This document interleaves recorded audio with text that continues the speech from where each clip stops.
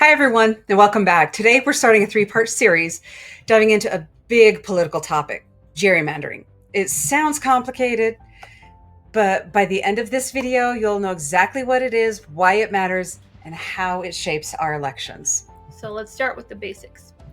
How are voting districts even determined in the first place? Normally, right?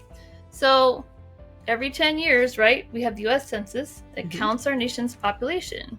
So there's 435 seats in the US House of Representatives, and after each census, those seats are reapportioned according to which state has more population, which has less. So some states will gain seats and others lose seats, depending on those population changes. And that makes a difference because of our electoral college, right, and how those votes are determined through the electoral college. So once the census data is released, the states get block by block population counts, and those numbers serve as the foundation for redrawing district lines. Right.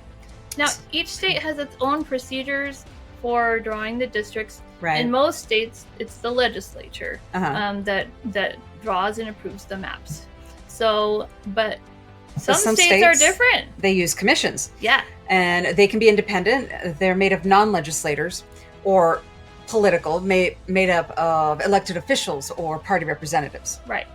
And in some cases, there's advisory commissions that only recommend maps, but the legislature still having the final vote. Right. And if the legislature can't agree or doesn't agree, there's a backup commission or an alternative process that sometimes kicks in. And sometimes the governor can approve or veto the redistricting plan. So it depends on your state. So there are rules and some legal oversight. When districts are drawn, states have to follow certain rules.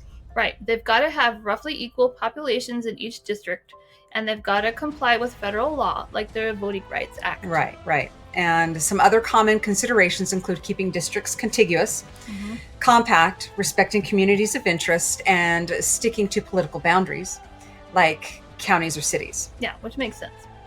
But also, redistricting plans are frequently challenged in court. Yeah. So that happens a lot.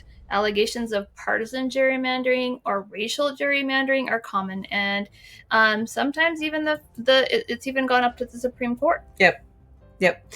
And then, one more thing, there's this mid-decade redistricting, meaning redrawing maps before the next census. It's rare, and it's been happening right now. And when it happens, it's almost always controversial, like this time.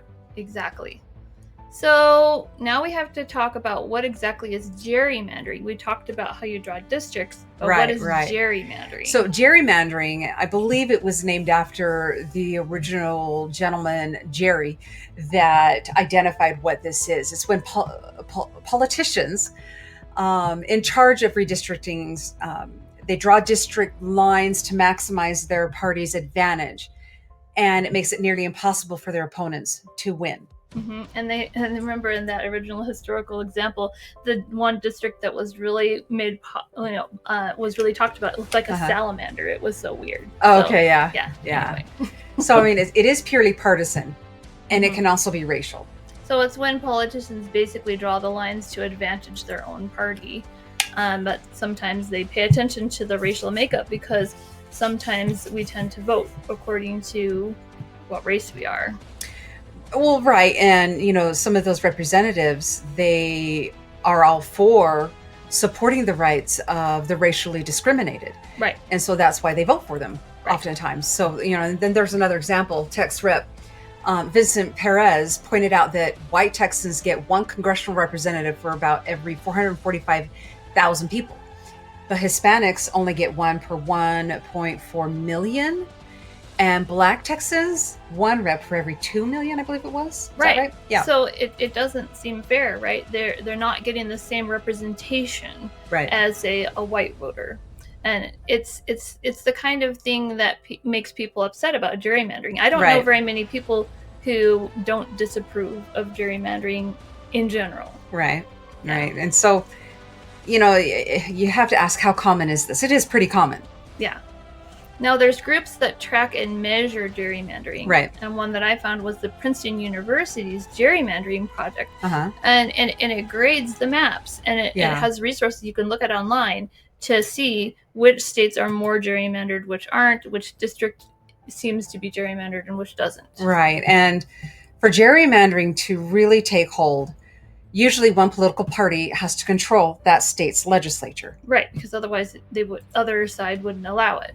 Right. So, for example, in 2022 and 2024, there were a combined 428 House seats that were redrawn in 24 different states. Uh-huh. And of those, Republicans alone drew 174 district maps in 17 states, while Democrats alone drew 49 districts in 7 states. Wow. So that kind of seems to indicate if gerrymandering was going to happen, it was a lot more likely in the Republican districts because they controlled those. Right, right. So it's crazy because, before I got involved in politics here with this most recent, like with Trump being elected and whatnot, I didn't know what gerrymandering was, so now I'd that heard of it, but I didn't pay any attention. Yeah. And so with doing this type of research and understanding what's happening in Texas, we now understand those basics, how the districts are drawn, what gerrymandering really is, on a basic level. And then we dive a little deeper here in the next 2 episodes and really just how widespread it is. Right. Exactly. So we're going to look next at one of the biggest battles happening right now, and that's in Texas. Mm-hmm. Yes. So that's coming up, right? Yep. That's coming up in our next episode. So do you have a comment or question? Drop it in the comments below or email us. Is there something special you'd like us to talk about in a future episode? Let us know. Check out our Facebook, Blue Sky, and Substack accounts to keep informed and get updates. Yep. And press the like button, hit subscribe, and help get the word out. And welcome to the conversation.